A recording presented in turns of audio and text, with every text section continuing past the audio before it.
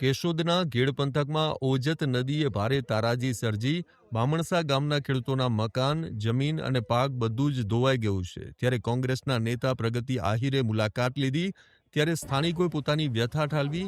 પ્રગતિ આહિરે મુખ્યમંત્રીને પડકાર ફેંકતા કહ્યું કે ડબલ એન્જિન સરકારના મુખ્યમંત્રી, મંત્રીમંડળ અને તમે પણ 2 દિવસ અમારા ગેડ વિસ્તારમાં રોકાવા આવો અને જુઓ કે ખેડૂતો કેવી માનસિક અને શારીરિક પરિસ્થિતિમાંથી પસાર થાય છે.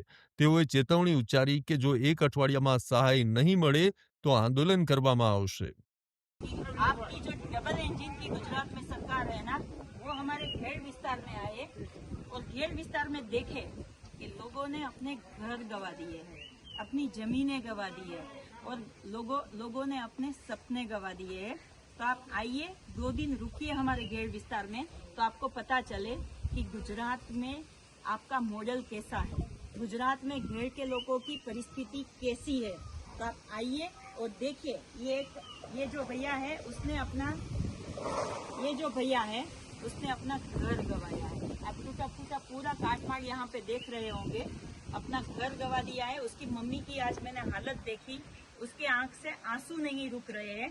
तो आइए आप भी यहाँ पे आके देखिए तो पता चले कि गुजरात में आपकी सरकार ने कैसा, डबल इंजन सरकार ने कैसा विकास किया है.